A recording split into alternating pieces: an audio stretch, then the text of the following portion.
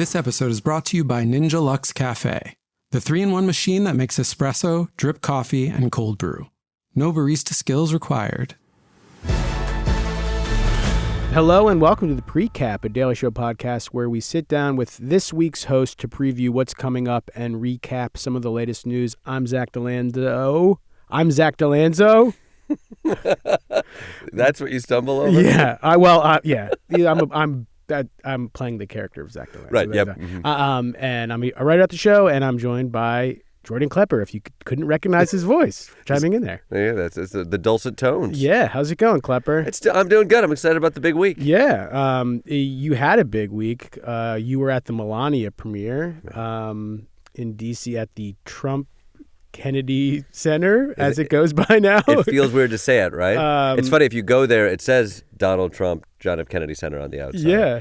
Which, it's not until you gaze on that giant, beautiful marble wall to see just how ridiculous it is to have two people's names on top of the center. Yeah. And then you look at all of the other signage around that area, like there's vans that take people to and from.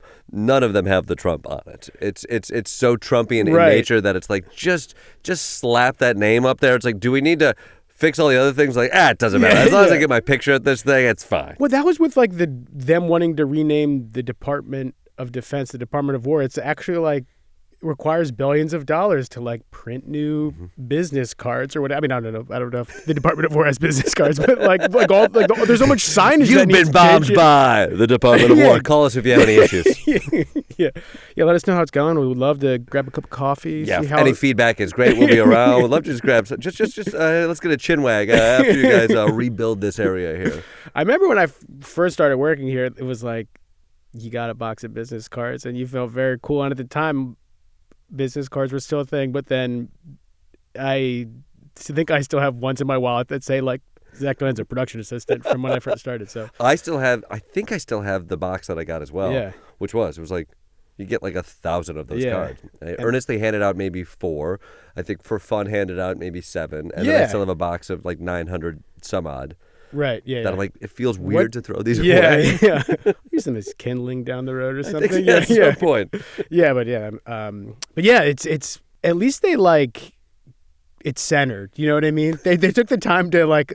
It's not like when you're like a kid and like doing bubble letters and you run out of space and have to squeeze in a field. They at least did a nice job getting the font to match. The craftsmanship is nice as far as it goes, and it is true. I think of the hurricane. Sharpie drawing, which is, I mean, all of these things in retrospect. What beautiful comedic moments. That it really was. It was like you could send this out to Kinko's, or you are the president of the United States. You could have Kinko's or somebody who works in some sort of last minute Sharpie. And this one, yes, they hired somebody who.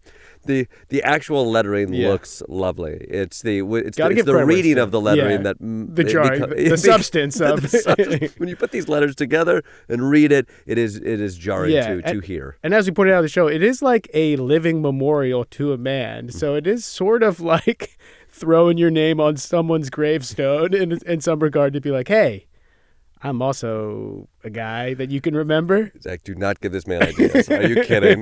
Donald Trump hears this. He's suddenly like, give me an Uber to Arlington with a chisel. Donald Trump presents Donald Trump presents the heroes of World War II. And then you were also at, which was not a field piece, but I just know this because we were talking, you were at the Westminster Dog Show. Indeed. Where a dog named Penny won, and I have a dog named Penny who does not compete, but it was a big win for dogs named Penny everywhere. I think dogs named Penny were very excited about the Doberman who pulled in the cup. Yeah, great specimen of a dog. That's a good-looking dog. What's the experience of being in that?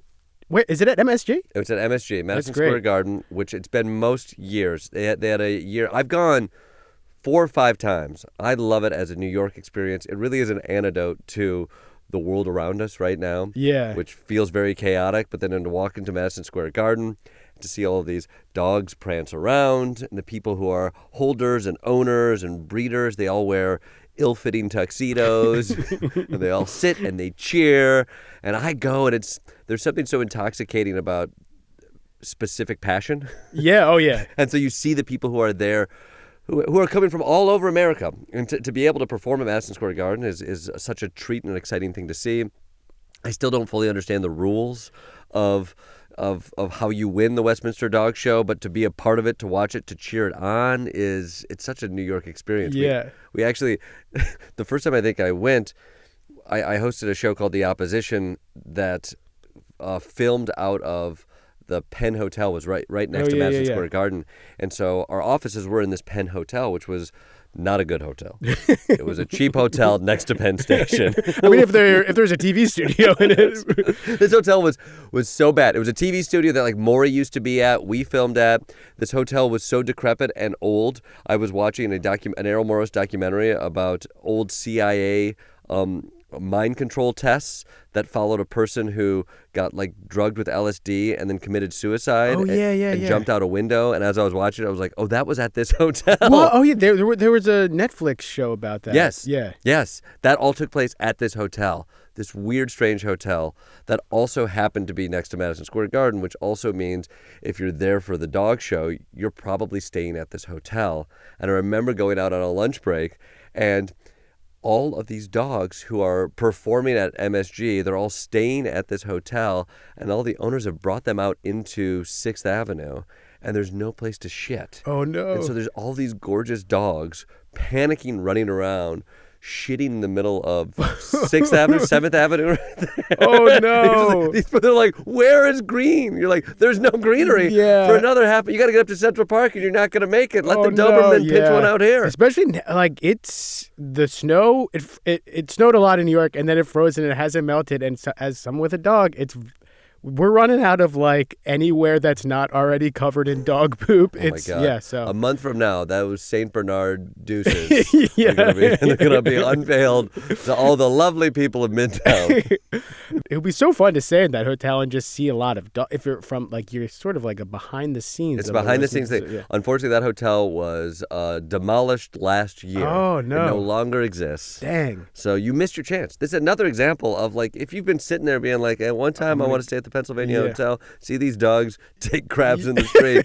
You missed it, Take your shot. America, take your shot. See those dogs poop at a hotel when you have the opportunity. You got one life and you got to make it count. You got to make it count. That's so fun. Yeah, I did a lot of reading about it, and I guess I there was a New York Times article that was like, what is this event? Like, and just the general rules of like, I guess the American Kennel Club, is that who runs it? I think technically, I think it is the Westminster Kennel Club. Kennel Club. They have certain criteria for like each breed of like, this is what a Golden Retriever should look like. This is what a Scottish Terrier should look like. And so like, I guess they're trying to, they're breeders of dogs that are trying to like, get it to be that. The perfect version of that, from my understanding, which is also... And then training the dog as well. You train the dog. Like, again, I'm very loose on what the rules of it are. We're both talking out of our ass. We have no idea. There are people who are listening right now who are like, we care about this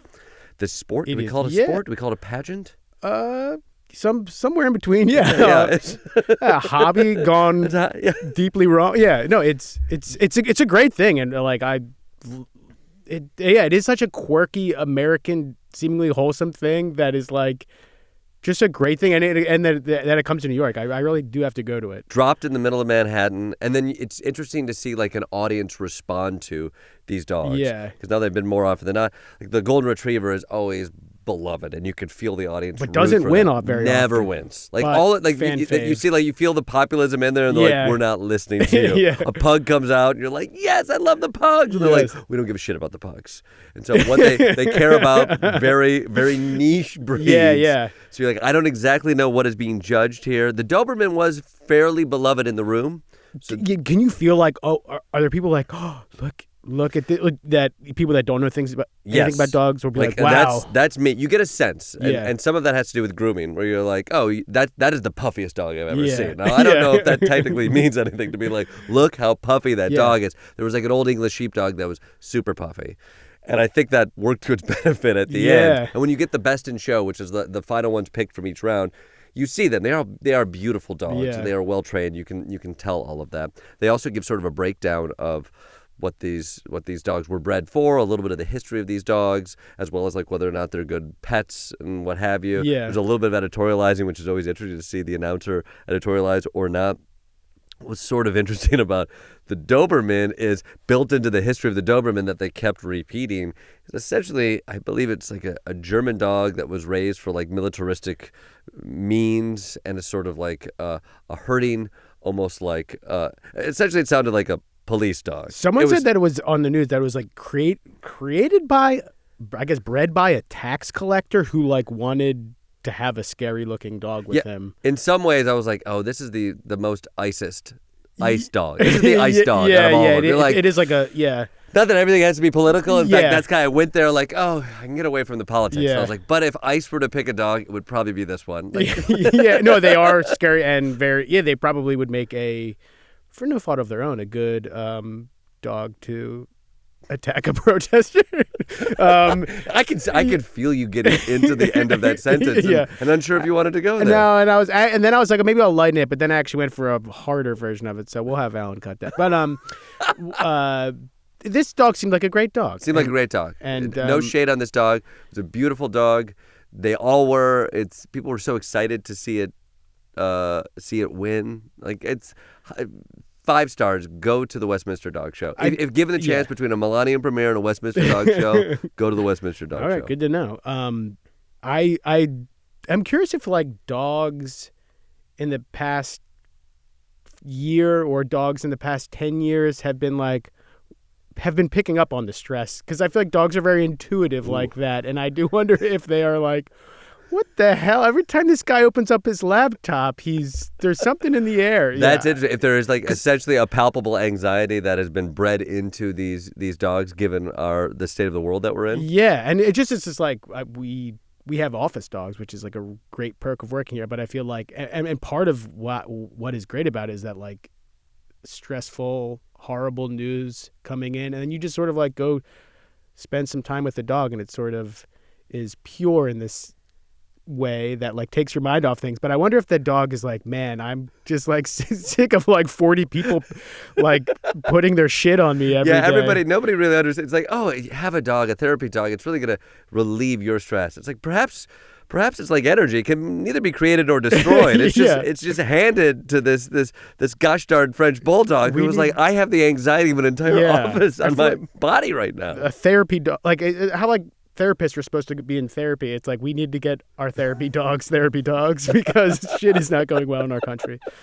It's like little Penny is like nuzzling up against little Chow Chow over there because like, oh well, Penny just needs a break. Yeah, Penny's been very stressed because they've been over in the editing bays and it's been a stressful week and a half. So give Penny a chance to just decompress. And now suddenly there's little dogs that are getting on planes with other little dogs carry on, and now they have papers to get on the plane. Yeah.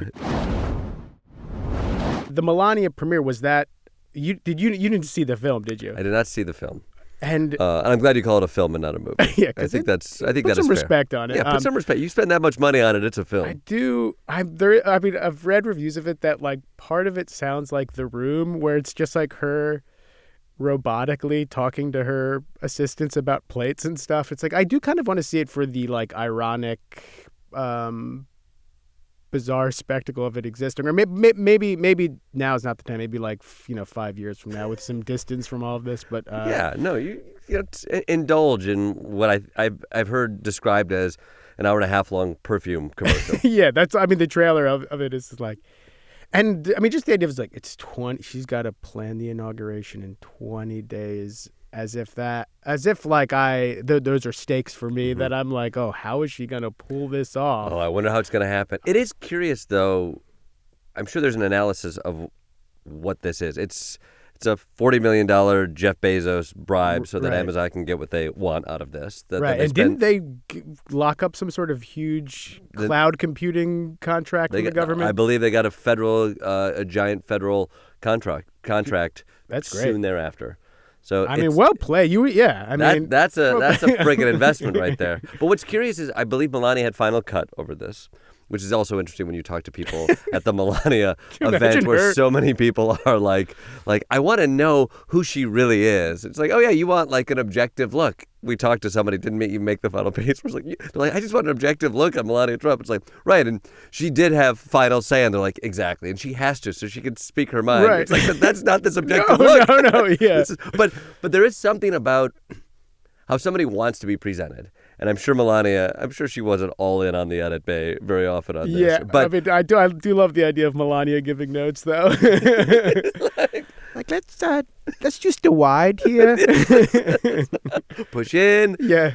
But I don't doubt some of the critics have talked about how it's like a commercial. It's propaganda. Yeah. There's not a lot of depth. And I think there's a curiosity of, I would not imagine many people in the Trump administration would desire creating a three-dimensional character that has weaknesses or nuance. Like the film critics who approach like films from an artistic standpoint, great literature or film often paints a picture of a human being who is three-dimensional, who's complicated, who has weaknesses and strengths, and therefore like the human experience is one of balance between frailty and confidence, ability and the inability to achieve the things which you want. That, I think, from an artistic standpoint, tends to be a gold standard of how you articulate the human experience. Right. It would be curious to watch this film, which is being articulated by someone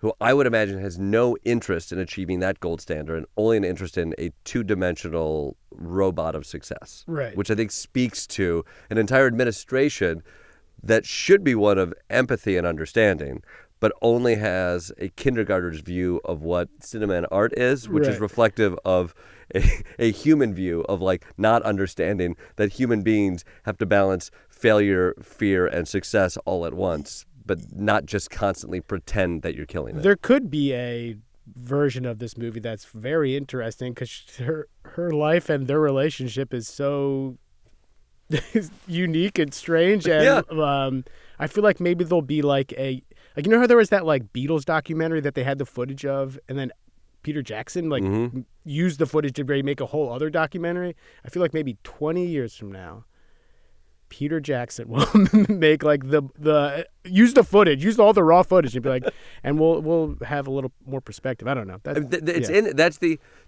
thing that is always most relatable to me about any kind of art or person is like the difficulty and the failure that they have. Like, you are right. Like, that is a marriage that has to be hard. If you were able to show like the difficulties in being married to somebody who has this job and is a fascist authoritarian, like, it's probably a compelling story. And that's probably a difficult thing to actually also parent a child within all of that. If you were able to open up on the things that are difficult about that, you might become a human being that that I would want to express empathy towards. But you probably missed that opportunity. There was that like Weiner documentary. Remember that? And it was like Anthony Weiner. Yeah. Oh no, I was not. Talking about that. You sent me that link to that Weiner documentary, right? Is that what you're calling it? Yeah. That's when HR was like, Zach, come in here. I hear you're sending Weiner documentary pics to Jordan again. It was a video. Sorry. Yeah, I know it was a video. You can't send those to Jordan. Come on. Yeah, but that documentary. Well, first of all, he like shouldn't have. He should have got final cut because I think it made him well.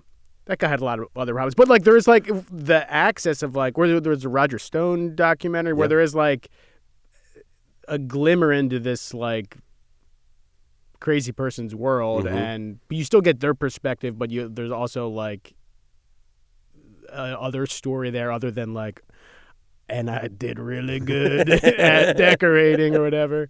So, I probably won't see it in theaters, but...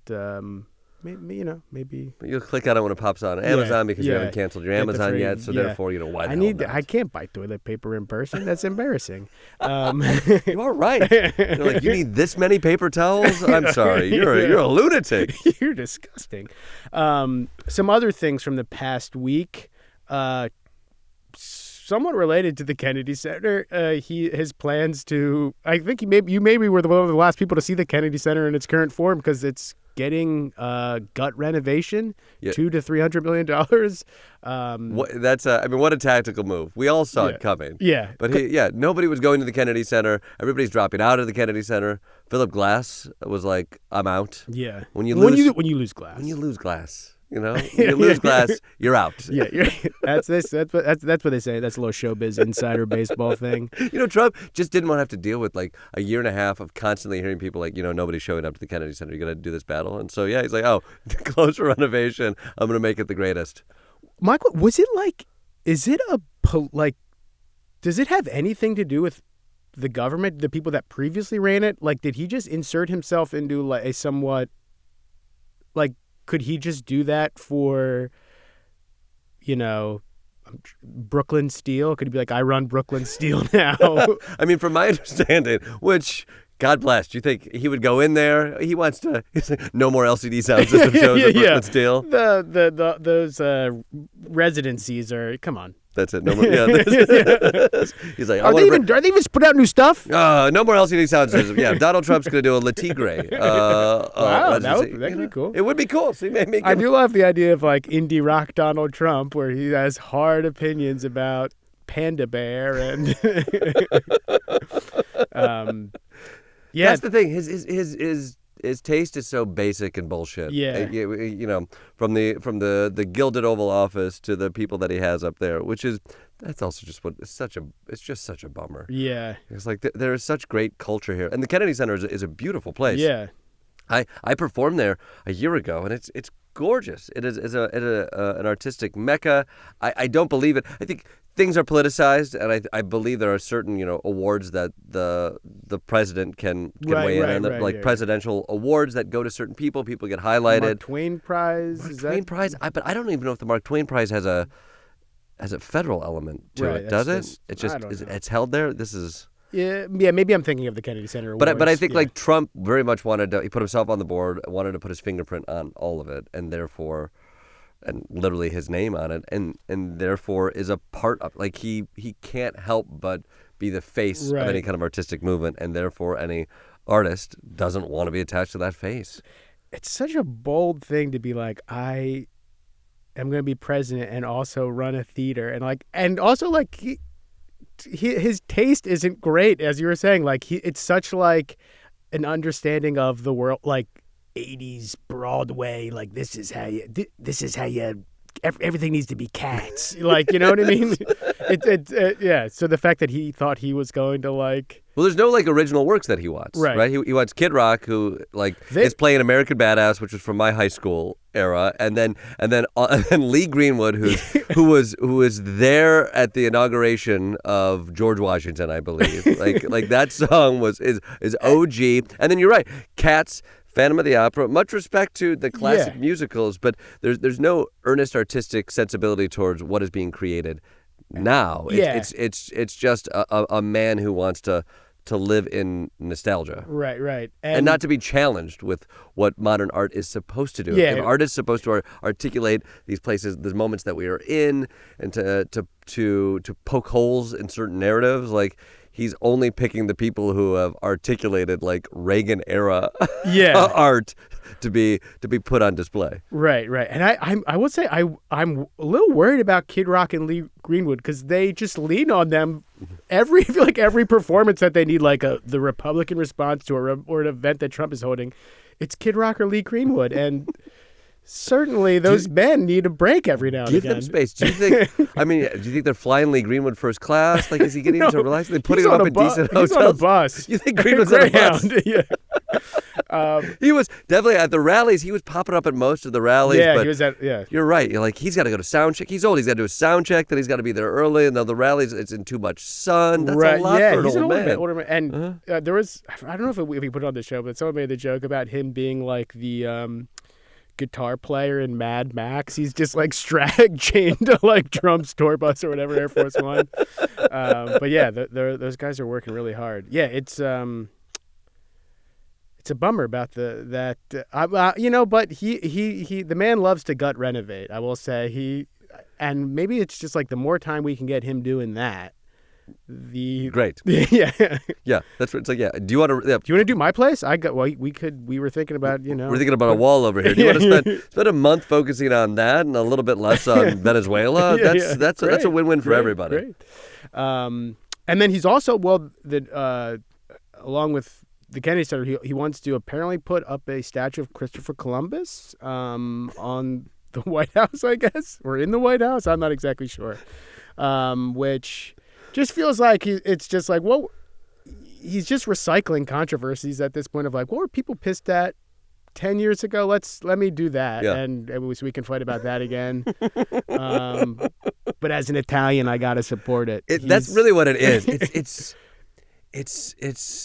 It's so disappointing from a moralistic standpoint, an American standpoint, but mostly just it's so derivative and old, right? It's like you are right. We are like a week away from him getting mad that they introduced a gay character on Roseanne. Yeah. It's like, oh, I guess Becky has a girlfriend. Are we mad at that right now? Oh, wasn't Mark that on Home Improvement's goth? Do we need that? I guess we could all be mad about that. And so, all right, fine. Let's give him a statue. Let's build a thing. Oh, we're going to give them an award at the Kennedy Center? Okay. They're giving Columbus an award. They're going to give Columbus an award. They're looking at the sitcoms that stayed true to, like we're going to give Fraser Crane an award for his steadfast pursuit of truth in the face of an unmarried brother. Yeah. Poor Fraser. Guy can't get laid. He's married to his work. That's the thing with Fraser. Speaking of Fraser, it is, as we pointed out on the show, it's the Fraser Bowl, because Seattle is where he lived, and then Boston is where he lived in Cheers. So did we point that out on the show? I pointed this out in the script and forced it onto the show. Did it make? It was a sports war. Oh, was it a sports war? Yeah, it was a sports war. Was there recognition in that? That reference is so deep. You had. I guess I didn't do well. It's the Fraser Bowl. And then we had two Fraser heads collide and explode, which it was a solid 3 minutes about Fraser. How did I miss the sports war? That is good on you for really. Yeah, I'll send you that in the Wiener documentary. I'll email over to you. Stop sending me Wiener documentaries, please. That was the week that was, Klepper, but we've got some things that are percolating. Percolating or percolating? We got some things in the hopper. In the hopper. Percolating? Percolating. Perca. Let's Google it. Let's Google it. Percolate. Percolate. But it's pronounced it's spelled percolate, but it's pronounced percolate. Percolate. We got some things percolating. Things meaning news. The Super Bowl. We're taping this early. The Super Bowl has already happened. A team has won. Mm-hmm. The Fraser Bowl, as we've established. The big question is whether Bad Bunny wears a dress or not. Yeah. Again, these old beefs, these like beefs from the 80s, where you're like, oh, people are upset, like, oh, can you believe this guy wears a dress? It's like, oh, really? I'm sure somebody was bitching about when Kurt Cobain wore a skirt or a dress. Yeah. Like, it's like, why are you? Come on, guys, let's get new hates. I mean, I think it's like there's plenty the of birth things of rock and roll. People have been like, this is too sexy. Oh my God. And so I think, it is like a 70-year-old argument we're having. Mm-hmm. And then there's also the Turning Points USA halftime show, the alt halftime show, which is hosted or being performed by Kid Rock. Get the man a Gatorade, Well, you're a Detroit guy, right? I'm a Michigan guy, so Kalamazoo with a lot of Detroit love, yes. And it's weird because he somehow has made himself like, I'm the Detroit guy, as well as being a cowboy, which just doesn't really seem to align with. He tries to own cowboy stuff and Detroit stuff, which in this world I'm going to take Eminem over Kid Rock any day, and or even ICP at this point. Wow, is ICP? Yeah. Oh, I didn't know that. Oh, let me tell you that there's a like rap rock white guy genre that lives in like a 30-mile radius of Detroit. Eminem, Kid Rock, ICP. That's a kind of Detroit area there. Speaking of like subcultures that are sort of strange, like the Westminster Dog Show, I feel like ICP is like sort of this like. Sometimes I see these like interviews or like Vice pieces with these guys, and I'm like, these guys seem like it seems like a great hang. Oh, yeah. I mean, I think there's maybe a fair amount of like strange drug use, which sounds great. Sounds awesome. Face paint, strange drug use, but a real sense of community. A bunch of soda. Yeah. Weird, terrible tattoos. Yeah. They have like, what is it? The Gathering of the Juggalos is a big event that they all do in a field. I think you didn't go to that. I didn't go to that. There was a field piece at I think where they were asking people about maybe during the election. Maybe we went to I want to say like there was a lawsuit that maybe went all the way to the Supreme Court that had to do with ICP. They've been the Juggalo vote. Here we go. Troy Iwata did a piece with the good old Juggalos. That's where it just shows you the time we are in right now. You can't be apolitical. No. Even ICP is being brought into the cultural conversation. What there was that classic like. I feel like SNL made fun of it where they had like a song where it was like magnets. How does that shit work? They had a song about magnets, but now Trump like has done that multiple times where he's been like, he talks about how magnets in water don't work or something like that. So yeah, whoever won the Super Bowl, congrats on behalf of Jordan and I. We're proud of you. We knew you were going to do it. Yeah, we always knew you were going to do it. There's a lot of ICE reform that's being talked about on Capitol Hill. I don't know if... As of now, Thursday, I think it's funny when we think about what we're going to cover next week on the show, because as we know, with the world today and the show, more often than not, the thing that we're going to cover, we think we're going to cover the night before, changes by the morning, and we sort of take it as it comes. World that like where it's like, oh, okay, this is the week we're maybe going to invade Greenland. This is the week where we are doing something in Venezuela. Yeah, so there's usually news that happens on Friday or Saturday that sort of changes everything. But I know there's talk right now about what kind of funding they're going to approve for ICE. And there's the Democrats have their requests, and whether or not the Republicans give into that, I think that's sort of a 2-week process right now. So perhaps we'll get some feedback on that next week to understand where that is. There's a real good chance, I think, that the Republicans and Democrats find like a thoughtful solution that is both humane to the federal employees and to the people of America, and that we kind of can move forward in an optimistic way. I'm loving the optimism. I can't tell if it's sarcastic. I mean, well, I feel like there has been, it's hard to know because like I'm still seeing horrible footage. It was sarcastic. Okay, yeah. No, you know that. That will not happen next week. No, it's just a political football that is going to be wielded to make somebody else pay the conversations to actually better our police force or Homeland Security. Those aren't happening. That's not priority. No, I feel like, well, there has been like, I guess Trump said that he could be using a softer approach. They have said that maybe 700 ICE people are leaving Minnesota. So, but it does seem like the tiniest bits of progress could be happening, but then anytime I see a video from in Minnesota, it's horrifying, and so we'll see. I'm sure they'll figure it out, as you said. I'm sure. I have nothing but the utmost respect for the elected officials and their ability to put their partisanship aside and work for the greater good. Great. And speaking of ICE, check out this transition. What do we got? Well, I'm excited. The Winter Olympics are starting. Actually, I wish I didn't do that one either. Really didn't want that one? I didn't feel... anything with ICE doesn't feel particularly funny, but I'm sure we'll have to cover it on the show. So but yeah, the Winter Olympics are starting. That's the other big thing is, I don't know when the official... Is tomorrow the official start, or like the opening ceremonies? What are we doing with that? We're doing it... We got to be doing those things that you can check on your phone what happens in the morning, but are you going to watch it at night? Is that sort of the dance? That's the dance we've been doing the last few years. Last time for the Summer Olympics, like Peacock, I feel like not we're a Paramount Plus show. Proud. Peacock, this other lesser streaming service, but I feel like you could actually sort of watch whatever you wanted in real time. So like, I think we had a hiatus during the Summer Olympics, and I was just watching like table tennis at like 6 a.m. or whatever. And really? So I hope that it's similar to that. But yeah, usually at night they do like NBC will have like 3 hours of like the best stuff edited together.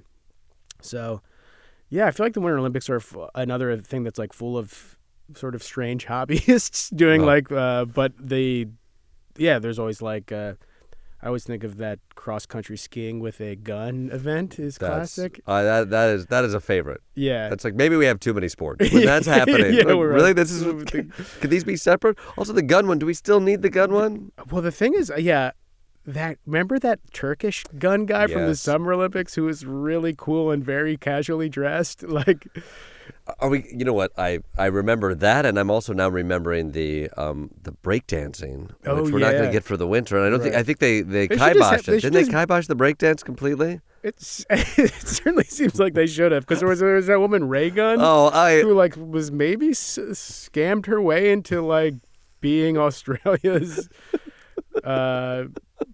like winner that got to represent that country. I loved the breakdancing. I watched the whole thing. That was cool. Raygun made me laugh. There were some very talented breakdancers. I hope they give it another go. Throw it to the Winter Olympics. Add some ice to it. It might add. It might make it more fun to play. Do it on ice. Yeah, it felt like, as someone who like watched a lot of MTV in 2002, it totally had that vibe, but at the Olympics, where it was like, I was like, where is Carson Daly here? Because he's great. Wait, the story that I have liked so far in the Olympics is this Minions story. Oh yeah, there's this figure skater Spanish figure skater who has a routine dressed as a minion to a Minion song. Yellow shirt, overalls. I recently watched the entire Minion canon. Wow, I've never seen a Minion movie. Love the Minions.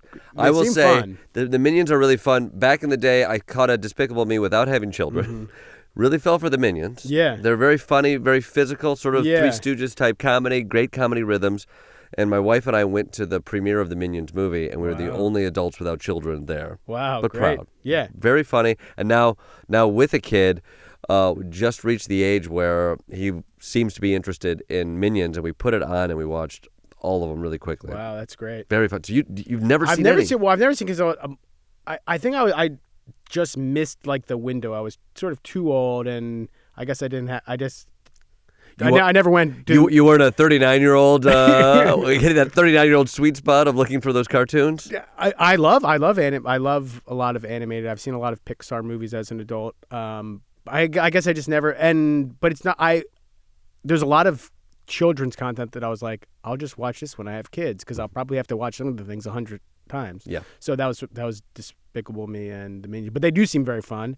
All this to say, this guy got the rights to the music finally, so he could. This to me is like, there's a lesson here. He was shot down by the Universal Corporation, and then he was like, I can't dance to the Minion songs because they've said no, and the world came out, and through collective action and bitching, Universal was like, we will give you the song for the Olympics. Wow, that's great. See, so it's like you can, guys. As a group, we can move mountains or let a minion skate at the Olympics.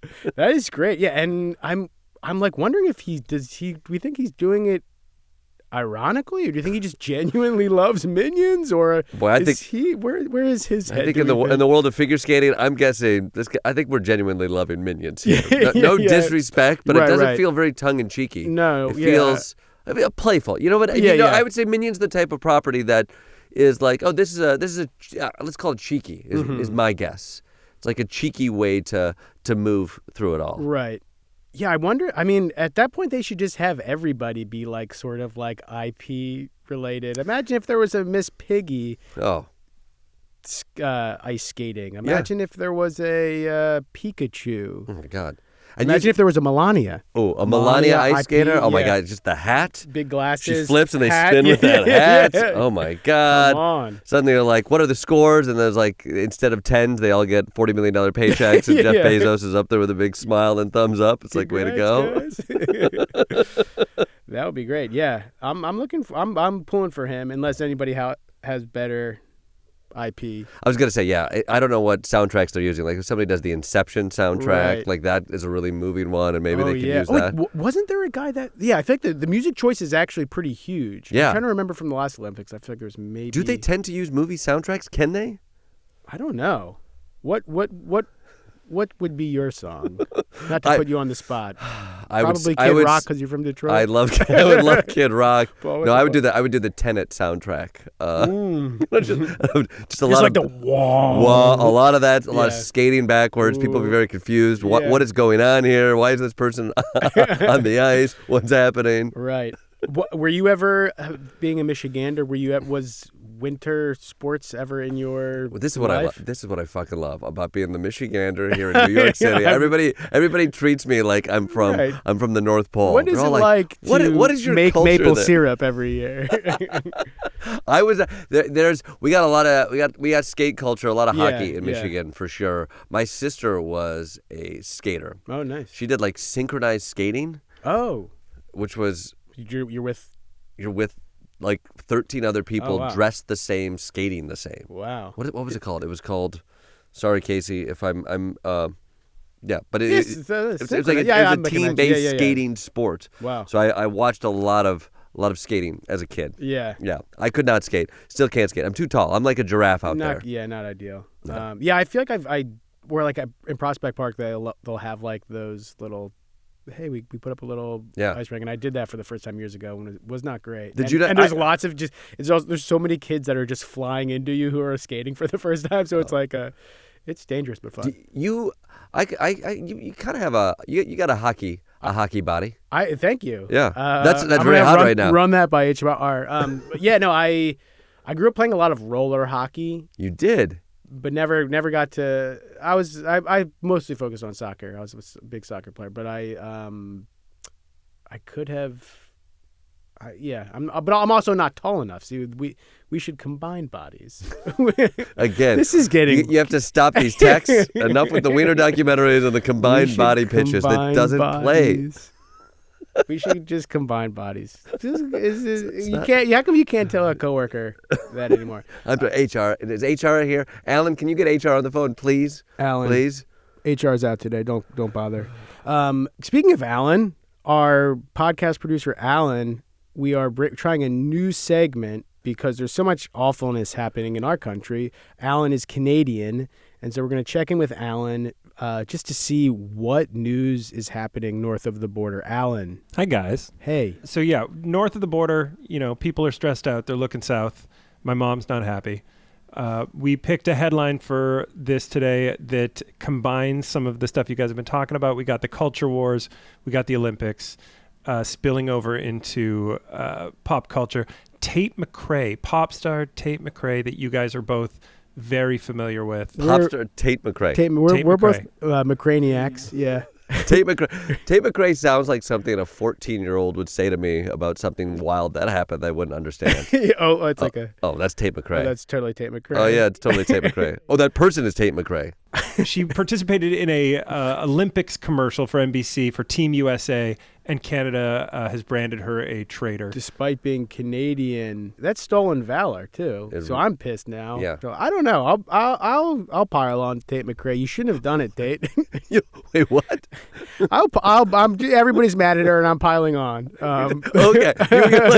I'll get angry at her. Why not? Why not? Yeah, sure. Yeah, come on. Yeah, you know what? Why are you doing that, Tate McRae? You're a Canadian. You need to love the Canadians. I'm sure. What, you're going to do this for a paycheck? Is that what everybody does now? Anything for a paycheck? What? Sell out their own country. True patriotism. You do it because you love your country and the things your country stands for.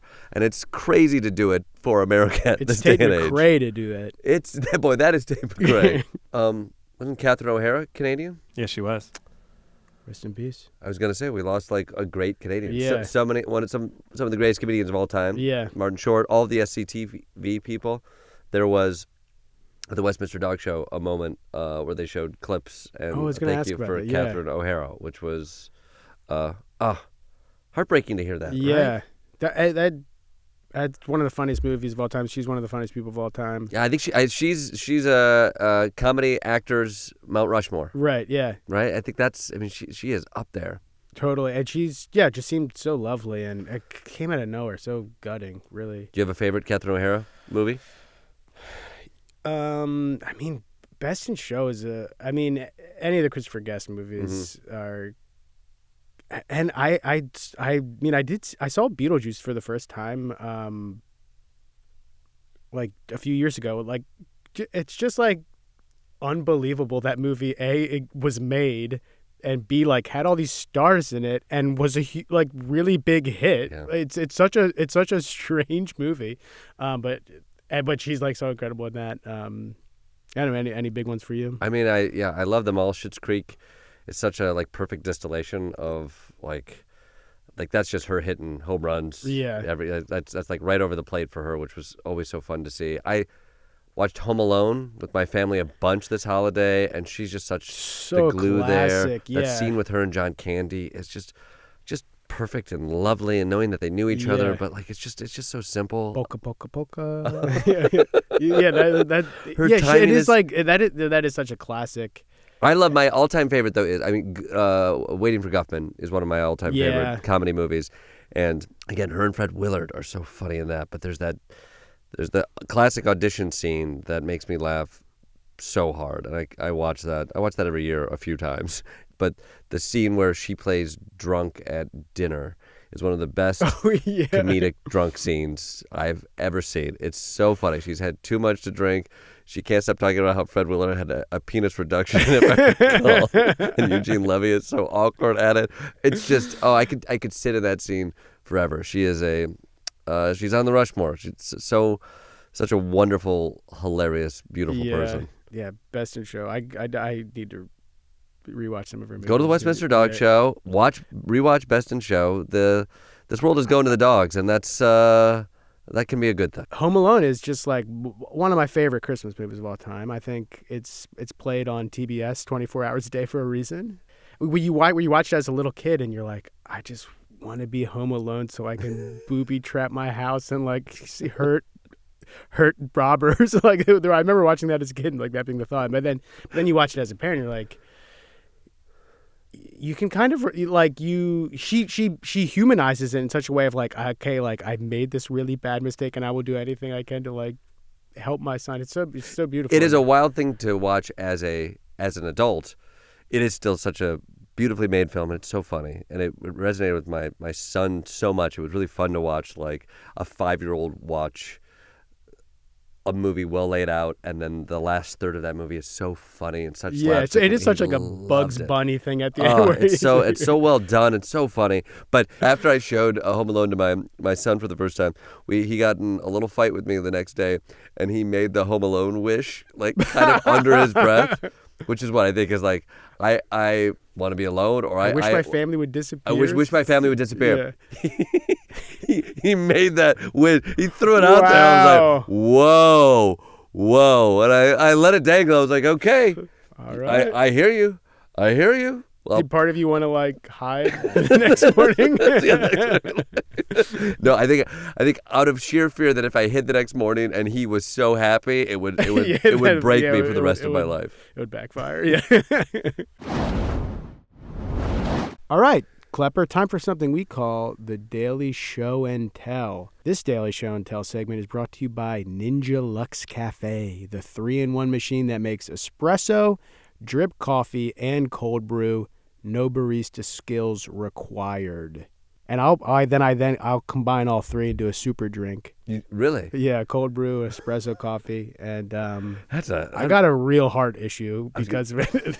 That's gonna make your heart just jump right out of your chest. I drank no. That's no fault to the Ninja Luxe Cafe.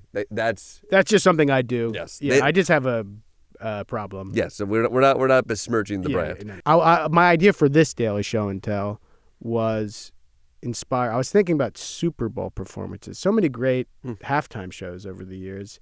If there is but I wanted to broaden it out. So I was going to say, my idea was to ask you what your favorite live music. Like if we put up YouTube right now, we're like, let's watch some classic performances. What's a favorite Klepper live music performance? Because I know you're a big music guy. That's a great question. You know what I would do? First thing that jumps in my head, I would do Death Letter by the White Stripes Under Blackpool Lights. Ooh, okay. I think one of the greatest live shows I've ever seen was a White Stripes show down in Santiago, Chile. It was incredible. I saw Jack White perform the song Death Letter, which is a Son House, an old blues cover. Oh, okay. And it's this really gritty, great blues standard that the White Stripes does. and they just rip shit with it. It was amazing. And so that sort of has lived large in my head as this live performance of this great blues cover. So I always search for they do it. They used to do it live. Jack White rarely does it, I think, as a solo performer. But the Under Blackpool Lights, I think, if I have it correctly, that version of it to me is gritty and beautiful and awesome. A man gets a letter that this person that he loved is dead, and he goes back to carry her coffin and bury it in the ground. So it's like this deep, dark blues, heavy thing. And it's Jack White singing this on stage with his ex-wife. And there's just always a tension and a drama between those two there. So much of that is projected and what have you and performative, but there's just something about, like, this is a couple who's performing this raw, dirty blues song on stage together. And there's a dance that's happening, and there's already a dance that's happening with, like, the blues and garage rock. But Jack White is just in this space performing the song, and there's, like, a moment where he chooses to vamp. And more often than not, when he did this song live, like in traditional blues culture, you would pull bits and pieces of other songs and throw them in the middle of a blues song. They were folk in that way. They were temporary and modular in that sense. And so, a lot of times, he would, in the middle of this song, throw in old blues songs and then turn to Meg and see them. I believe in this one he uses an old what's the song? Is it like John the Revelator? I forget what it is, but he basically takes another blues song, makes it into a spoken rant that he goes from performing to the audience to performing to Meg. That's, I believe, the line, it's so hard to love someone who doesn't love you. That he's fucking singing to his ex-wife. Wow. On stage. And he's like chanting, he's emotional, he's sweaty, and he like drops it, and then he like drops to his knees, and then goes into the guitar solo. Which is just like, to me, it's kind of everything all in there. Like, you can read into it or not, but this is like a couple creating music, borrowing blues and storytelling, like chopping it up and making it about what's happening right here and now. Oh, I love this. One of my favorite rock songs and rock performances, for sure. Great. I'm gonna watch this whole version after. Oh, I love it. All the live versions of this are great, but this is one of my faves. What about you? The Super Bowl makes me think of the Prince Super Bowl performance, which is great, and then also there's a maybe Rock and Roll Hall of Fame performance that he does. I don't know if it's the Beatles are in the Rock and Roll Hall of Fame or George Harrison, but they do While My Guitar Gently Weeps with Tom Petty, and Prince is just often considered the greatest guitar solo of all time. Yeah, it's like, I feel like I was thinking about it, like guitar solos can be sort of so like, can be cheesy and eye-rolly, but like, or they can be the fucking coolest thing you can do. And like, I feel like that is like, I mean, that's classic. That's not too much of a deep cut, but I was at my brother's 40th, and we were just deep in a YouTube music sesh, and someone put on a Letterman performance, TV on the Radio, Wolf Like Me. Ooh, I haven't seen that. It's great. That's just like an all-time song for me, and they just perform the hell out of it, and then Letterman comes on, he's like, hey, how about that? Like that kind of thing. But the performance is so good. We like watch it, like it's like just like 20 guys drinking beers, nodding their head to this song at this party. It's such a good performance. I highly recommend. There may be no better experience than hanging out with pals and just like YouTube hopping back and forth between like favorite live song performances. Yes. That to me is, I don't need a Super Bowl. I don't need your fancy tickets. I just need a YouTube subscription. Right. Is that how it works? Maybe with a subscription? Yeah, you don't even think you need a subscription. You can watch ads without it. I'll take the ads. I'll be fine. I'll be fine with the ads. I'm not going to pay extra for it. Just watch me some deep cuts. That is so good. I don't know if I didn't mean to hijack the Daily Show and tell. I don't know if you have any other things that you'd like to plug. Do you have any shows coming up? I do have a show coming up. I'm doing my show Suffering Fools in North Adams at Mass Mocha on Valentine's Day. Ooh. Yeah, so I'm gonna celebrate Valentine's Day with giving people my stories. Beautiful. The thing that I love most about Valentine's Day is getting the validation of live performance in front of an audience. That's the real relationship. That's the real relationship there. I'm sure my wife will be happy about that choice. Thanks, Klepper. This Daily Show and Tell segment was brought to you by Ninja Luxe Cafe, the 3-in-1 machine that makes espresso, drip coffee, and cold brew. No barista skills required. Okay, that's this week's pre-cap. And we've had a great time. It was enjoyable. A delight. I'm Zach DiLanzo. Catch Jordan Klepper hosting The Daily Show this week on Comedy Central, Paramount Plus, and right here in podcast form on The Daily Show Ears Edition. Klepper, have a great weekend. Enjoy the Super Bowl. I'm looking forward to you hosting next week. Me too, Zach. We'll have fun next week. All right. Explore more shows from The Daily Show podcast universe by searching The Daily Show wherever you get your podcasts. Watch The Daily Show weeknights at 11, 10 Central on Comedy Central, and stream full episodes anytime on Paramount Plus. This has been a Comedy Central podcast.